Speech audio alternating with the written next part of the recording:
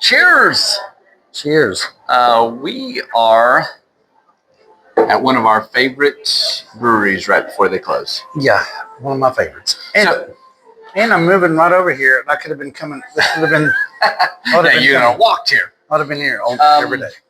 Yeah. Honestly, by the time you guys see it, they may be closed. They do have the lease contained for the rest of the month. So get over here, drink their beer, tip your bartenders. We're at Albright Grove. Sutherland Avenue. Yep. Yeah. Honestly, one of our favorite breweries, but part of what happens. And it's always sad for us. So we wanted to come out here and do a tribute episode of the podcast because, again, the beer is so good. In fact, what are you drinking, Alex? The Walden's Ridge. Walden's Ridge IPA. It's such a great one. Oh, gosh. Flagship. It is flagship. I am drinking a non-flagship. This is one they released for Oktoberfest. Lagerfleur. It is a smoked German Fest beer, and it is delicious. I do like smoked beers. I'm hit or miss on smoked beers. When they're good, I like them. This one is good. When they're bad, they taste like Band-Aids, and I hate that. I'm not. I hate that artificial smoke taste. But when a Rausch beer is done well, like this one, you know what can't go wrong. They do have the Smoky Goat on. They do have the Smoky Goat. That's my next go-to. Another, it's an Amberbach that has also got that smoked malt in it. And for me to drink that, it's got to be good. And that's one of my favorites. Yeah. Beers in Knoxville. Yeah. I did have to get my Walden's Ridge, though, because... Guys, I wish we could tell you to come out here on and on. Unfortunately, this is your last opportunity if you want to get out here. Oh, that's one of my favorite beers. Yeah. Thank you so much. If you want to get out here, and get these before they're gone. They've got a few 4-packs still left in their cooler. They've got some beers they're going to be gone by the time you get here. You want to get out here and drink this. Out. Yeah, the merch is gone. They got a few t-shirts left. Yeah. That's it. So come out here, celebrate them, celebrate what they've been doing all along because they have been doing great beer at a great location. Come see them. Tell them goodbye, share some love. Yeah, this is our 4th or 5th episode here at least. Yeah. Yeah, we've done a lot here because it's one of our favorites. But. Fingers crossed somebody comes through and says, hey, we want to buy this and buys it out. Send some money to our... Send it to us. We'll buy it. Venmo us. Let's get it. Let's go. Yep. You need a lot, so quick. And we're not live. So pretty quick, yes. We are not live. So your time to respond is even shorter than it was. Right? Yeah. I love a good Amberbach in general. This one let alone with smoked Amberbach. So. This one's so good. Okay. Sorry, I got distracted. No, you're fine. It is a beer show, I guess. It is a beer show. We talk about beer and comedy. Sometimes more comedy, sometimes more beer. This one, sometimes neither, and we talk about others. It is about literally states that don't exist. But we don't have Kayla here for that. Yeah. Wyoming. Yeah. It's not real. Yeah. So you have been on tour. We talked about this in the last episode, but you have been on tour. You haven't done that in a bit. Yeah, it's been. How did that feel to be back on that? Like you're driving, you're hitting places that you've never been, never seen. The audiences have heard none of your material. It was fun. I needed it bad because for the last few years, Jenny in school and the kids in school and all that good stuff. I've had to stay more local. I had that feeling again, like when I'm getting ready to go on stage and had that excited, nervous. I'm like, I haven't had this in a while. And it was a blast. But I also realized, and I told Jenny this the last night, I was like, I don't know if it's that I enjoy being on stage and making people laugh as much as I do just traveling and meeting people every night. Fair. Yeah. That's just, to me, like the before and after the show it's just as fun for me as being on stage. Like I love being on stage, but it was just I met so many people, met a lot of new friends, a lot of new followers, and 14 breweries and three or four shows. The thing I noticed most about you, you do love people. You are a Kayla would call it a social butterfly. I'm not a social butterfly. I'm somewhere in between. I think you are, but you will gain a level of energy about meeting new people in new places.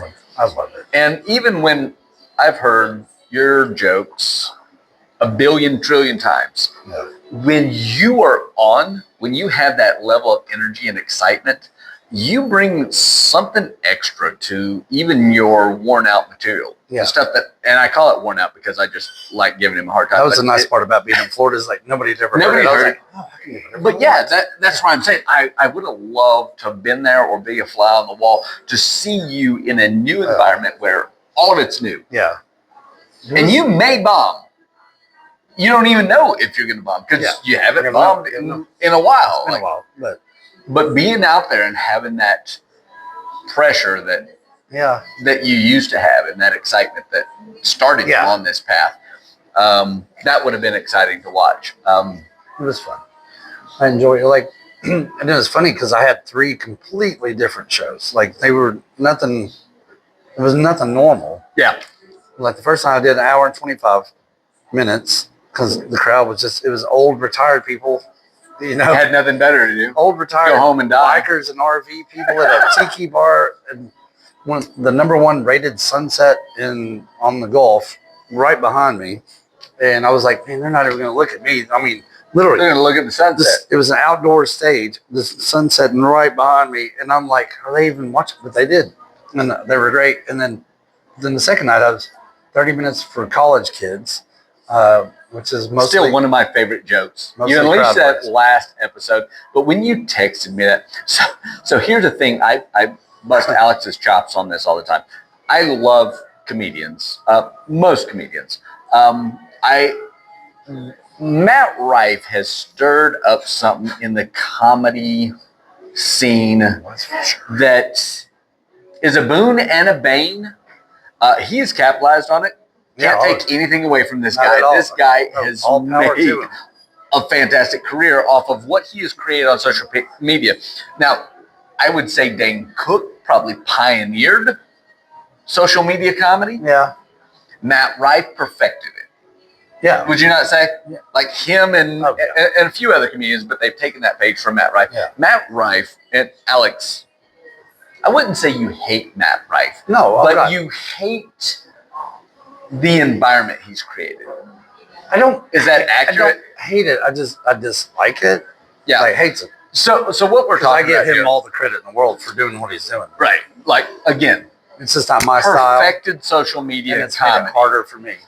A lot of you may be of the opinion that Matt Rife's comedy is him just doing crowd work. And I get that. And he's been that's how he majorly successful with it. Made his name off of it. I went and saw him when he came to Knoxville. Dude's hilarious, and he's actually a genius. What you guys don't see unless you see him live is his crowd work is specified to just a pit of people right at the front. And it's not a bit, it's a marketing tool, because what he does is he does a full set of good comedy that's focused just like any other comedian standing up there doing their work. And then he uses the crowd work as a transition. So he starts talking to the crowd and then asking them questions that relate to his next half of his set. So while he's interacting and everybody loves the crowd work, he's getting raw material that he can riff off, which is great because he's quick-witted, he's smart, he is genuinely funny, but it's literally just a tool to segue into his next set. Yeah. And then he leaves the crowd and is in his set. And I think it's a brilliant thing. The problem is so many people see him on social media and all they're seeing is these clips of crowd work. And then two things happen out of that. Number one, you think that all he does is crowd work, which is not accurate. And number two, it makes you think as an audience member that it is completely okay to engage with a comedian that's on stage all the time with whatever he's got to say. That is also incorrect. Yeah. Most comedians, for the entirety of stand-up comedy, Yeah. you don't interact with the comedian. Yeah. You keep your mouth shut and let him entertain you. Right. Yeah. And I think Matt has kind of turned that on his head and allowed you as a ticket payer to think that every comedian wants you to And one thing interact. One thing I noticed this last week, because I had a bunch of openers that I'd never met before. Right. Like I let them book it because I didn't take anybody on the road with me. So I was like, yeah, pick whoever you want, locals. But one thing I noticed this week, more so than I noticed it here in Knoxville with the comedians here, is that the Florida comedians are all like, they've adapted that Matt Rife. Like they all were like, All want to do crowd work. we got to do crowd work. And which is hard for me because one night, the night at the college bar, I had 5 openers plus the MC, and they're all just, it's crowd work. Yeah. And I'm like, oh, that's all they're going to want when I get up there. And sure enough, as soon as I get up there, luckily I was able to calm it down. Well, also, I think you're pretty good at crowd work. You're quick-witted enough. Not all comedians that even I'm good at it. I just don't ask for it. But that's what I mean. There's a lot of comedians that aren't good at it, but do ask for it. Yeah. You know, and that's even worse. Like, I think I can riff off of what everybody else is saying, and you're really not. Because I don't care how smart you are, there's somebody in the crowd that's smarter than you. True. And they will chew you up if you try into that. And if you're not ready for that. Yeah. However, on the other side of that, I also think that crowd work is a necessary tool to be able to do. Yeah. When that happens, when you have that heckler or that drunk girl literally middle center stage that wants to interact with you the entire time, be able to make a joke, make fun of her, not offend them, entertain the crowd all in the same moment. Yeah. That is a great tool. Matt Rife does it great. Alex, if you haven't seen his shows, he's really good with that. I'm not encouraging you to go and try to start that with him, but I've seen him. One of my favorite shows was your show at Pinchy's. Yeah, that was fun. So for those of you that haven't seen it yet, those of you that weren't there or didn't see this, Alex gets a little raw. I mean, I'm not raunchy, but it's not raunchy, clean. but it's not clean. It's R-rated. But they literally bring a family with non-teens. They were younger than like 11. 8 to 10. Yeah. Sitting right in front of him on the mic.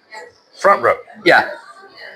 And Alex is generally like, if you've got people here that might be offended by what I say, you might want to take them out. And they literally set a family in front of him. Yeah. But that was one of my favorite interactions on your comedy I've ever seen. That was probably one of my favorites. And it was so fun for you that it energized the rest of your set. Like, again, the jokes I heard, you improvised even off of jokes you heard. Yeah. That me and Kayla were sitting there and we'd heard your set. Like, it's worn out for us. Yeah. No offense, but it's worn out for us because we're always there. And Jenny. That's why she only came to have. And me and Kayla are actually laughing out loud at your interaction with the crowd, at the jokes we've already heard you do, and your improvisation on the jokes that you do.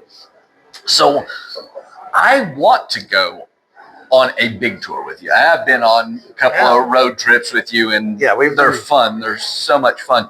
But I want to go on a big one where you're in an environment where you have no idea what's coming at you. That would be fun. Because I think that's where you thrive. I think that's your best place. I think you want the unexpected, and you also want your joke to feel new. You should have seen me in North Carolina at the Blue Stage. I did? He was supposed to have seen me. Well, set the camera up and then he left. That one I did. That was accurate. There's an Irish pub way too close. Yeah, it was. Once that happens, he's that gone. Literally was what would happen. We drove all the way home, having a great time. We get there, and I was this close to getting out of the car while I was driving the car because we passed by an Irish pub. But I realized it was less than 200 feet from where we were performing. Yeah. So here's the thing. I love an Irish pub, but Alex sometimes calls on me in the middle of his performance. I didn't know it was going to happen this time. And so I get there and I'm like, all right, I got the camera set up. I'm emceeing the show. I introduce our first comic. I introduce our second comic. I introduce Alex. And I bounce. Leave the camera running. So we're recording everything. Full hour. But I bounce. I'm like, I'm going to the Irish pub. I've done all of my part. I don't have to close anything. I've done all my introductions. And there's an Irish pub that I've met the owners and the bartender. We're having a great time. We only went there 3 times in one night. In one night. And I literally go down there. I'm like, yep, I've got time to drink a couple of Guinness. Yeah. What I don't realize is Alex is 45 minutes into my show. And then he decides, I've got a question that only Chris can answer. Yeah. And of course, he's blinded by the spotlights and stuff like that. I had no idea he was gone. That I'm there. And I've set up the tripod and everything else. But Alex is like, Chris, what? We were doing this, and then there was no response. Yeah. And they're like, no, there's nobody out here. Who are you talking to? I look over and PG and James, the other 2 guys that were with us, we're sitting at the bar. They're like, Chris is gone. And I'm like, I'm on stage. I'm like, what do you mean he's gone? What? I was like, he's got the car. We all 4 rode with him. And I was asking, it was the name of a bar or restaurant, I think is what it was. I was asking. And I was like, Chris? It was the bar I was at. Chris? Yeah. I was like, Chris is not here. And the crowd's just looking at me like, I was like, I don't know. But here's the other thing. That was funny, though. That was one of our best. First of all, it was one of my best trips. We had some of the best comedians with us doing some of their best material. Like, everything about that trip was so memorable, so fun. So many stories. I almost told that story on my trip this week, but I haven't polished it yet. But it's a doozy. The other parts that happened after the show. Yeah, well, you guys have heard them if you've watched our shows. By the way, I want to thank you guys again for tuning in. This is our 2nd episode for our 5th season. Yeah, that's crazy. It's been 5 years. 5 years. That's insane. And we've seen so many changes in the industry, positive and negative. This would be one of the negatives. Is that how many brewery closing shows have we done now? Like 3, 4, 5? Some range? Yeah. Yeah, and we hate doing all of them. Yeah. But we want to pay tribute. It seems to be a lot of our favorites too, like Albright Grove, and then when Else closed, even though they re-opened, I haven't been since they've reopened. Well, I think part of that is that we're so ingrained into the craft beer scene that we are able to find the ones that do really great stuff, but they're also the harder to find. Yeah. That's why you guys need to pay attention to what we're doing and what we're telling you. Go to these breweries. When you see us do an episode from a brewery, go to them. We promise you, we won't steer you wrong, because there's so much great beer in Knoxville, honestly. Fantastic.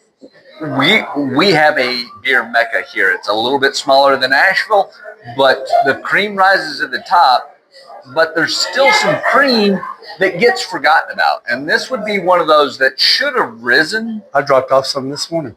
Yeah. Some cream? Oh, is this a vasectomy joke? No. Oh, sorry. We're in public.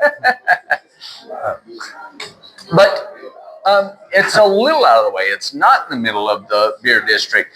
The only way you're finding this place is either you know somebody that goes here, or you listen to us that we tell you, hey, there's this place that you're not going to get in the regular circulation of the craft brew areas in Knoxville. Yeah. They're off the beaten path, but they're one of the best ones. Yeah. And now, unfortunately, because of the lack of people being able to find it, they're not going to be here.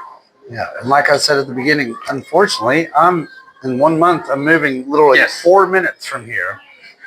Yeah. I would have been here every day. Yeah, you would have lived here. I would, yeah. Like I've been living in Orange Hat for the last 5 years. Yeah, right next to his house. Right next to my house. So.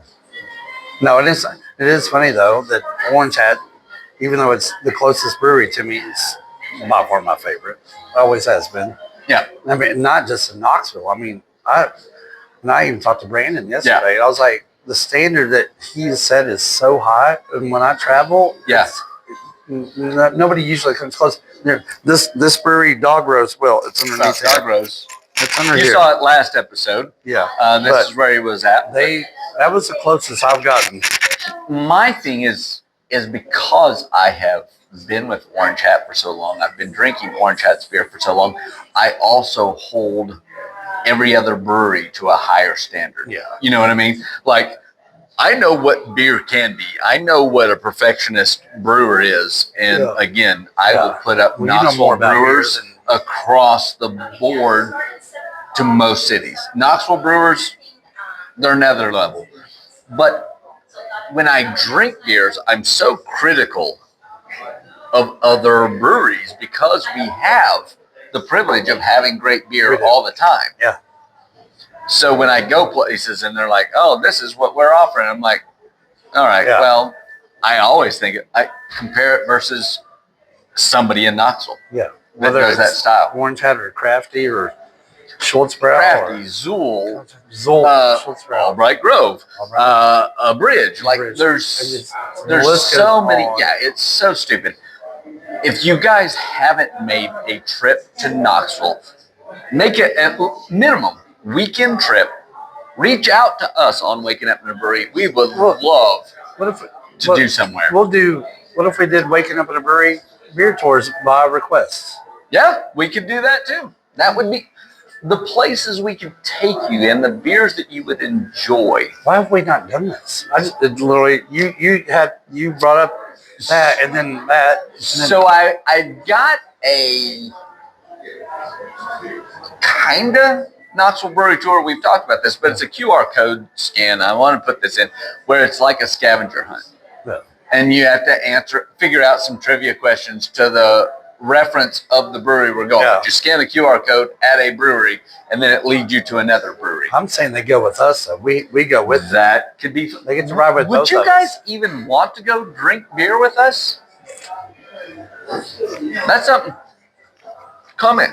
Make comments. Make comments on that one. Make comments and let us know if that's something you'd want to be. That'd be fun. Yeah. We could take 2 cars if we had big groups. We could take a couple of cars. We just got to get a couple of designated drivers because we're not partaking.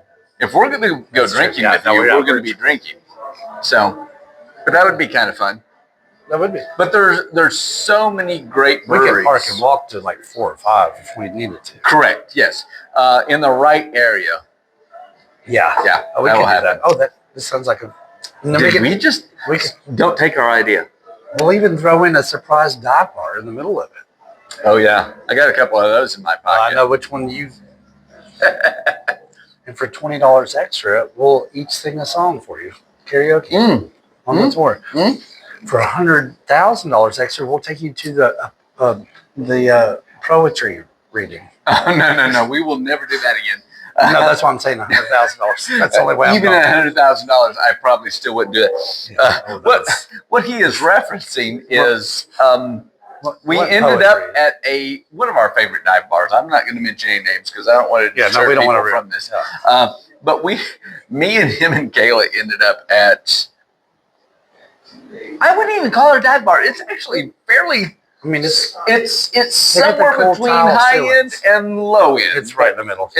But it's a great bar, and they have craft beers. They have all the cocktails. They're actually one of the top rated Bloody Marys in all of Knoxville multiple times. But I digress. We went there. The 3 of us, just randomly. Yeah, we were walking. Yeah, from between 2 breweries, and we're like, oh, let's stop in. We saw the sign and said, and we're like, it was spoken word. Spoken word is what it was. Not is what it was called, and I'd never experienced it. Alex had once. Me and Kayla hadn't experienced it. We all experienced it. Well, the one I went to before was better. Yeah, well, it couldn't have been worse because this was It was rough. It was so bad that I never want to do it again. Like, it's an ongoing joke of. We all just sat there like. It was basically people that are angry. Then we were making jokes in between that I don't think we were supposed to be laughing at the points that we were laughing at. I don't think we were supposed to be there. It was so funny and so ridiculous. I think we upped their anger just by being there.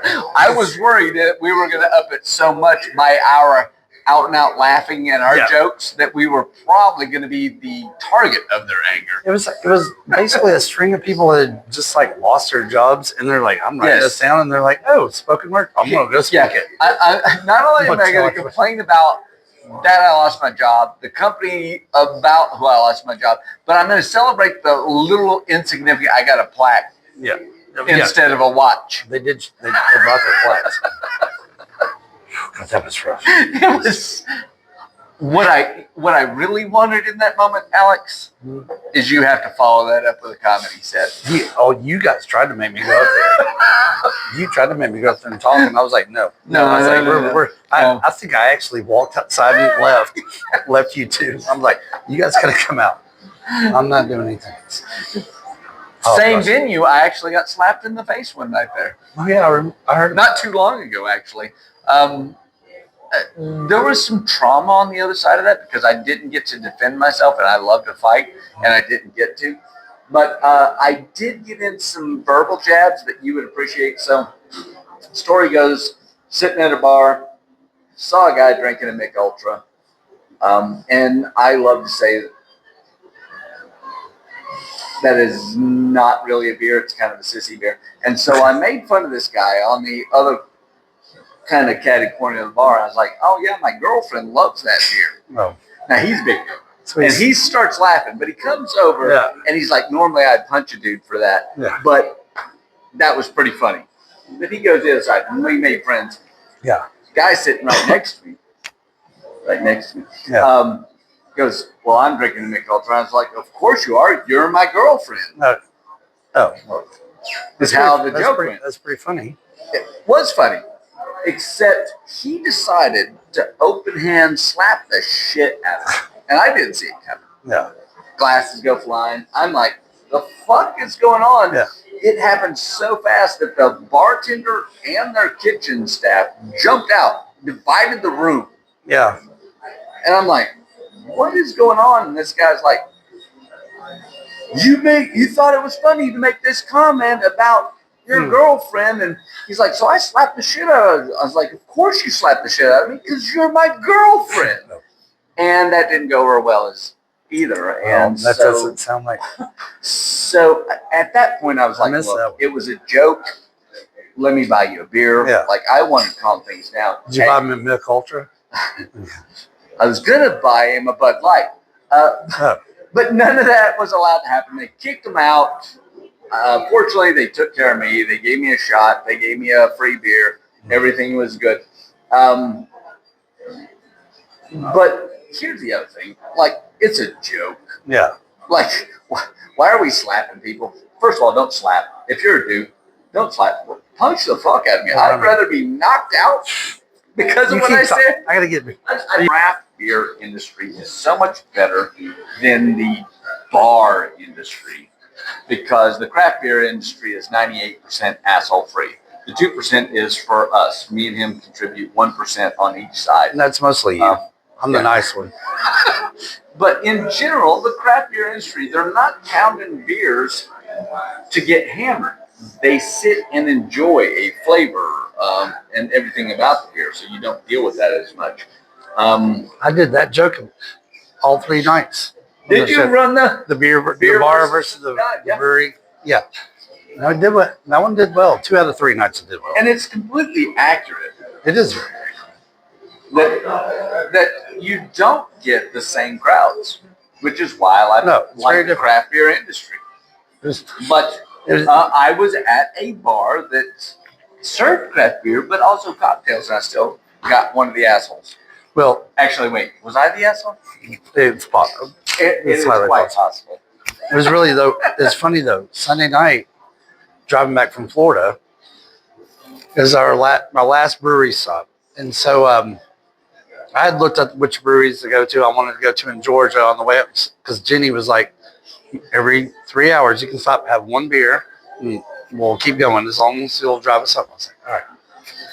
Well, it was Sunday night. It was Super Bowl Sunday. I looked at this brewery, closed at 6, but then it said on their website, it said, we're going to stay open until the game's over. Yeah. So I'm timing it. We get to, we're like an hour and a half away, and it was just halftime. I was like, we got time. And Jenny's like, oh my gosh, they're going to be so packed. It's Super Bowl Sunday. I was like, honey, it's a brewery.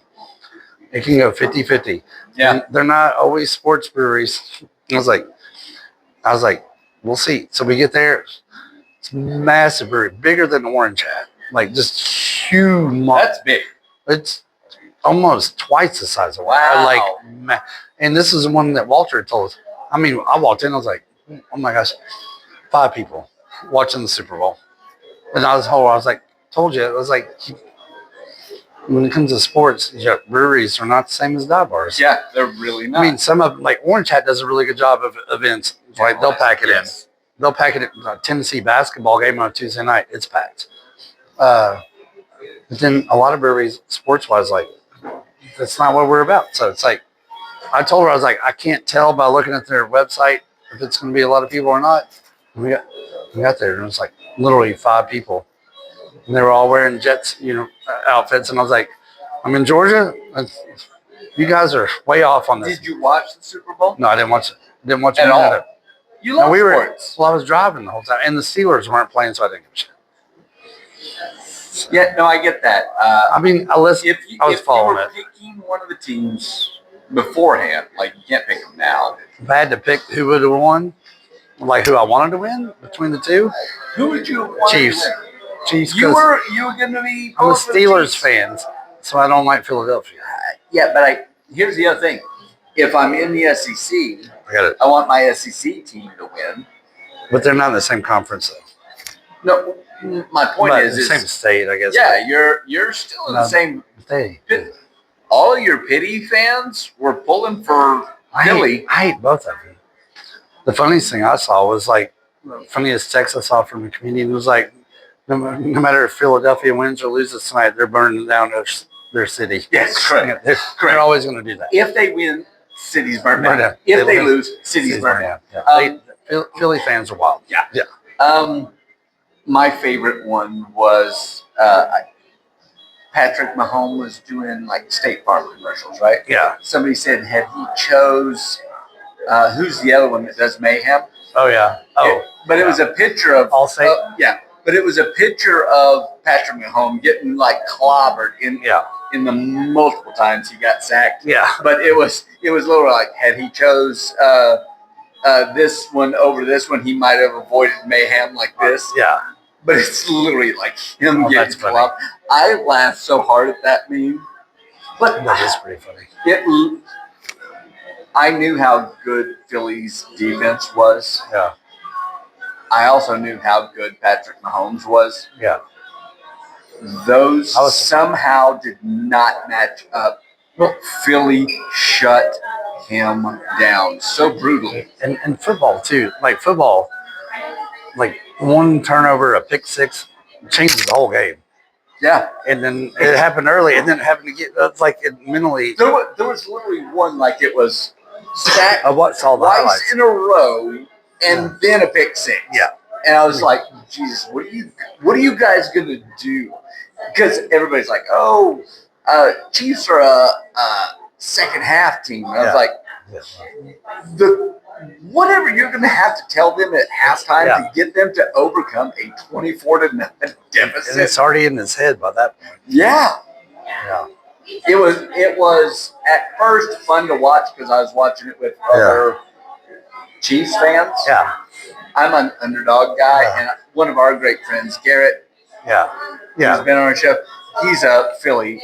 He's always been Philly, not a bandwagon Philly guy. I'm usually an underdog. I mean, maybe I would have. For me, I didn't want Kansas City to get a 3-peat. I didn't either, but then I thought about it. I was like, it might be kind of cool. I mean, Mahomes is fun to watch. I have a lot of respect for Mahomes. And he seems like a good dude. That dude got abused. From what I saw, he did. Abused. It got to the point, but by the time we got to the fourth quarter, I was just feeling sorry for him. Yeah. Yeah, that's what it sounded like on the radio. It was I rough. only got to watch for like a couple minutes, but What is your sport of choice to watch, though? that's funny because I played played basketball all the all way my through high life. school. Yeah. But I'm just as big of a football fan. Like those are my two. College or pro?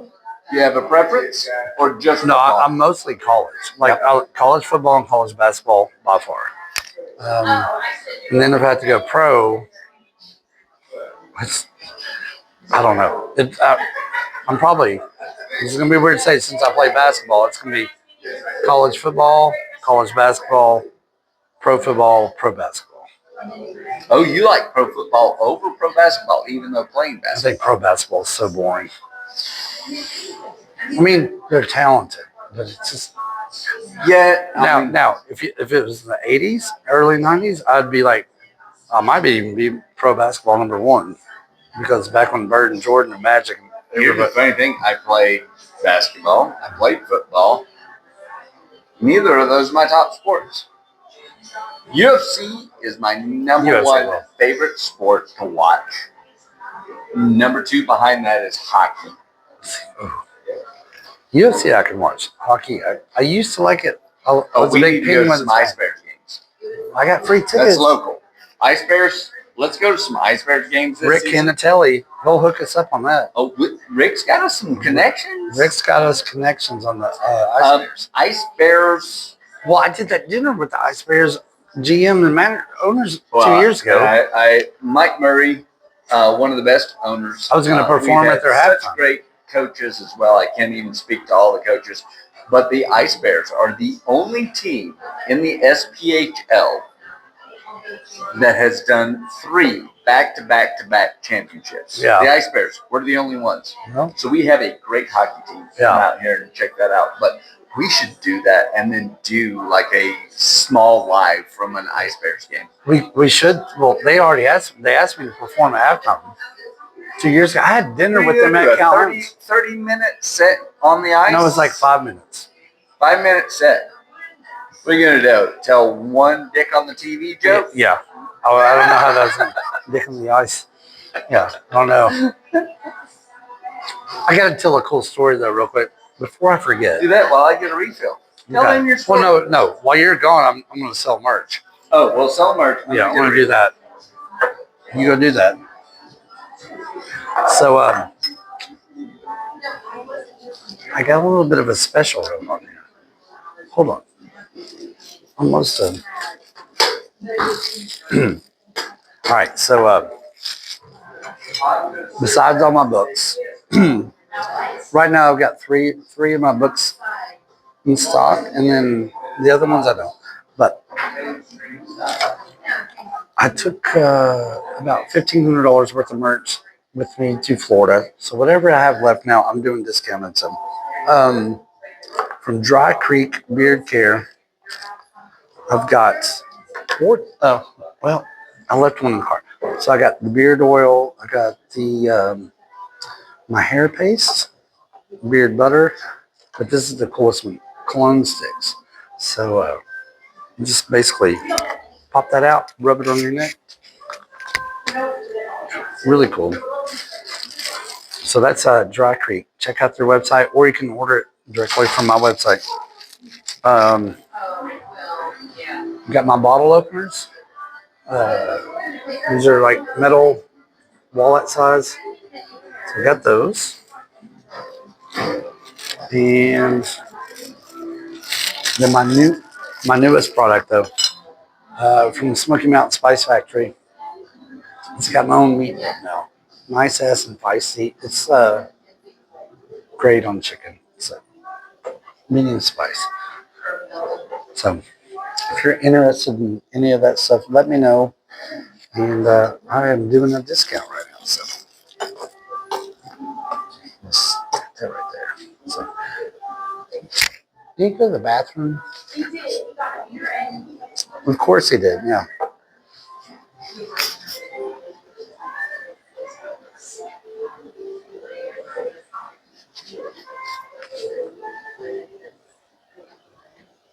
Was that yours? Okay. Thank you. So yeah, if you get a chance, come out to Albright Grove before they close. I've got it. Yeah.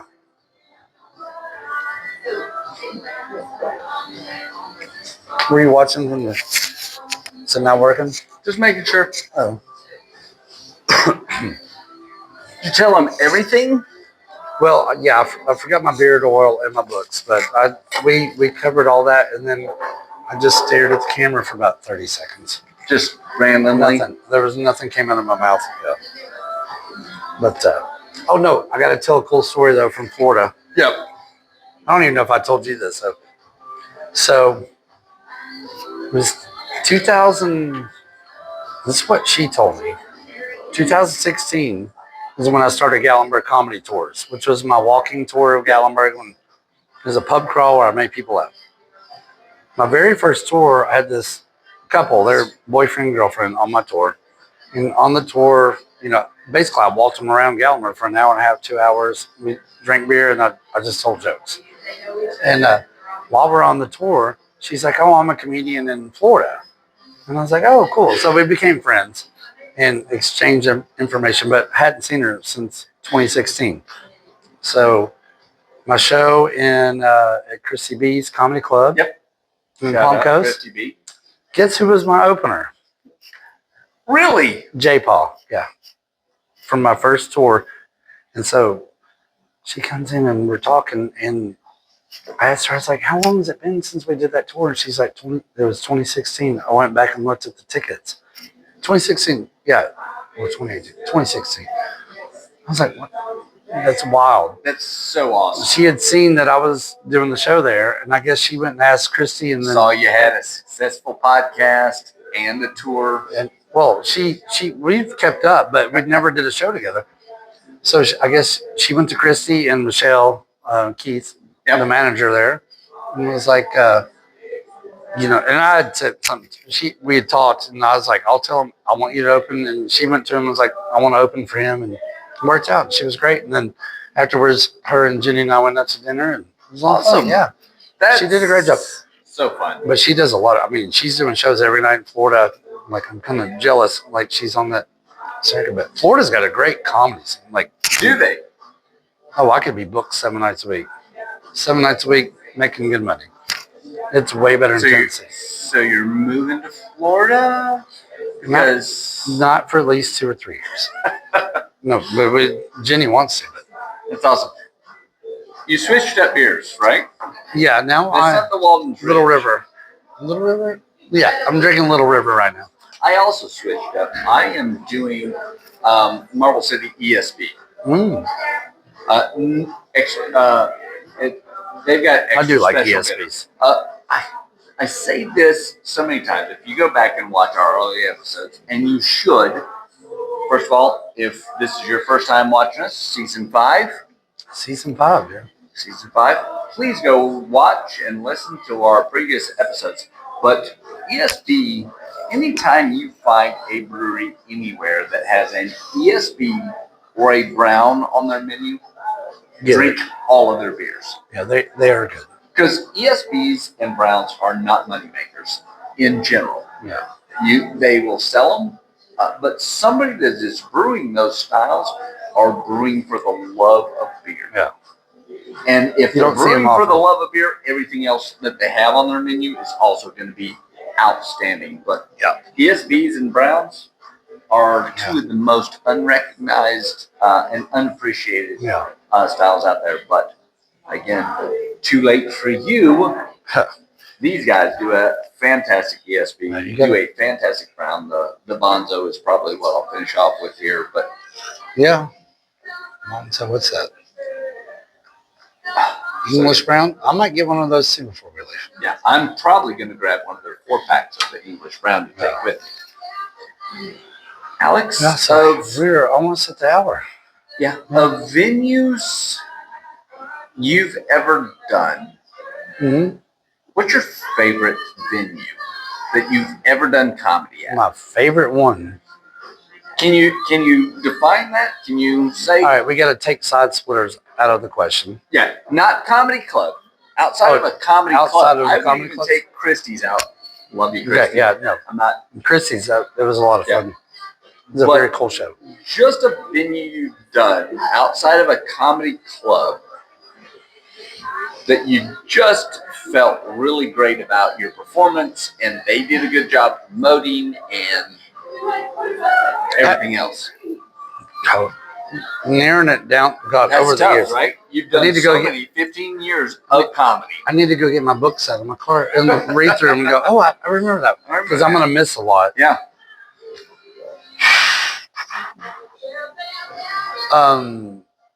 Well, it was kind of a comedy club out front on Main in Murfreesboro. It was a really cool place. I did that one. I did one that the 6 shows there. Iron Forge Oh, was amazing. That was fun. that's honestly, it's actually my second favorite that I've ever seen you in. That was a good one. No, third favorite. Third favorite I've ever seen you in. What's the other? Blue Stage? Blue Stage was my favorite overall, though I didn't watch your set. Even on though that. you weren't I even just had confidence. I had confidence that you were killing it while I enjoyed multiple Guinnesses. We call them Guinness.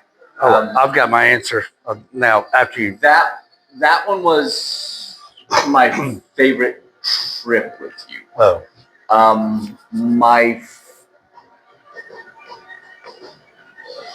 My overall favorite is probably still Pinchy's. Your Yeah, debut that at was fun. Pinchy's was that is you not even trying, but was just fun. doing. You know what I mean? That was fun. That was fun. I do have my favorite. I think the Flying Monkey Theater in Huntsville, Alabama. Yeah. It's one of the most amazing shows there Are you is. saying that because everybody's pushing Wicked right now? No. Flying Monkeys. If you guys are watching, I want to get booked back there again. And it's only like a 15-minute set. There's no headliners. It's like just really good comedians. Yeah. They have 6 or 7 a night. But they see like 300 people and they pack it. And it's called the Lowe's Mills Art Center. And you walk in this big thing and you walk down this hallway and it's this theater and you open it up and it's just insane. And they pack it. But that was a great show. That was one of my favorite. That's in my book too. 5 years of this. You can Do you check that out. have a venue that you would never do again that you've done? That you're willing to mention on? That I'm willing to mention. Is there someone that's just so bad, I'm going to call you out because it was terrible? There's been a lot of Is it those. the yoga studio?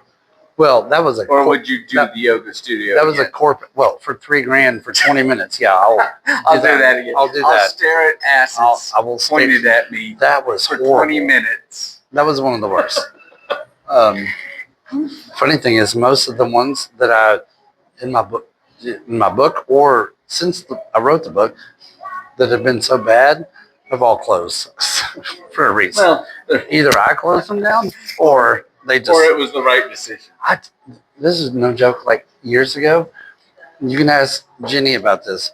I did two or three shows at 3 different Italian restaurants and bars, and they all 3 closed weeks after I did the show, and we thought something was wrong with me. Oh, They're like, okay. No, there's one in Seymour, one in Gallenberg. Maybe that was it. It might have just been 2, but it was 2 in like within a month. I love that you mentioned that you may have closed down people. The reason I love that is because me and another brewery owner had a discussion earlier today About that bad open mic. about an individual that has worked multiple breweries, Mhm. and all of them have closed down or closed out a section after that individual has worked there. And it's a good friend individual I of know. ours. I know who it is. Don't say it on I'm camera. not. We'll talk to him later. We love you though. But it was so I funny. know. We started going, oh, he went from here to here and that's done. He went from here to here and that's done. He went from here to here and part of that is done and the rest of it might be done. He's a trailblazer. It was funny. I was like, oh, one of our great friends is completely one of- unemployable. He is, He is one of our best friends. He is. He's fantastic. I love him. Love him to death. He has been a guest I know on this exactly show, who- and we may bring him back for more. But Oh, we should. when, We have to. when I started thinking about it, because he brought it up, and I was like, oh no. I'm, You know I'm, exactly who I'm talking about. Well, no, we I- had discussed this earlier. I know at who it this point. is. No, we haven't even mentioned that. I know who you're talking about, and I'm trying to follow the trail now, and I'm like, oh, what? Yeah. It's a little painful, and we love him. Yeah. Not going to hire him for any job at this point. But he's one of the best employees ever. He is. He absolutely is one of the He is best. great. It's not his fault. It's not. No, it Like- was coincidental. Not on purpose. It's coincidental. He, if anything, he has drawn business in that direction just too late. Yeah. Yeah. Yeah. But we are down to our last 10 minutes of this episode. Well, so this has been fun. So we're, again, doing a recorded episode. We're going to do more recorded episodes, so you will have an episode every We're going to week. start doing a lot of different stuff. Today's the first one. We're going to have a lot more cool stuff. I think we're going to have to bring some stunts back. We're going to do stunts. We're going to do segments. We're going to have guests. All of that is going to be happening in the near future. You will be able to interact with us to an extent. Yeah. We're going to bring back some of the winners from Hell's Kitchen. Hell's Kitchen we've had before. If you didn't see that episode, one of my favorite episodes. That was a great one. Alex Ballou, who was the winner of Hell's Kitchen, season 21, he's ready to come back. We have got the Grand Ole Opry nominee, Aaron Carter. He's going to come back. Hopefully, So by the many time more. you're hearing this, you're hearing his music enter in, because he actually gave us one of his songs to allow us for entrance music to our show. You got So some hopefully you see that soon. I've been working on. I didn't even tell you this. I got some UT famous sports stars coming. Alumni. We love Famous that too. UT sports alumni. Alex is going to book more shows. This is his year. We're going to blow him up this year. We're going to get him at least in the auditions of America's Got I got to Talent. do that again. Nope, you're going to do it. It's going to happen. That was brutal the last time. It's going to be more brutal this time, but you're still going to be more prepared for it. I was We prepared need for it. you guys to keep cheering him on. We need your support. Keep following us. Follow us on YouTube. We're going to be on all the streaming sites. We're going to be on Spotify. We're going to be everywhere you can hear us. We're coming at you really hard in season 5 because we need your support to help promote other things. We're going to do some other podcasts. I've got brewers lined up. We're going to do a series called Beer with Brewers, where we get you in on their insights and what they're pushing for and what they see the industry going for. That's going to be a segment. We're going to do Coffee with Comedians, or some spinoff of something where Alex is going to talk to other comedians. Wait, no, I don't want to talk to other. I hate them. I know. That's why we're going to make you talk to them. I hate all the rest of them. But we're going to bring you a lot more in season 5. So keep paying attention. Keep tuned in to all of our social media. I got 2 shows next week, Sevier Yes. County. Oh, wait, they're not going to see Well, this. they may. This one will be next week. So It's next Thursday and Friday night, Sevier County. So I'll be there. probably this week for you guys if you're watching this. Yeah. What we'll go to do my is page. we're also going to post up Alex's schedule. Yeah. So you'll always know where Alex is, and please continue to tune in. We appreciate all your support up to this point, but we need more. We need to continue to grow this, and that's what we're doing for you. Yeah. You do it for us. Yeah, we love you guys. Do we have anything else? I think that's it. Well, then You and your fancy watch. my fancy watch. I love allows his me to watch. I got to turn get you one on of here. these. Allows me to literally just look at this Really? from the push of a button. Love you guys.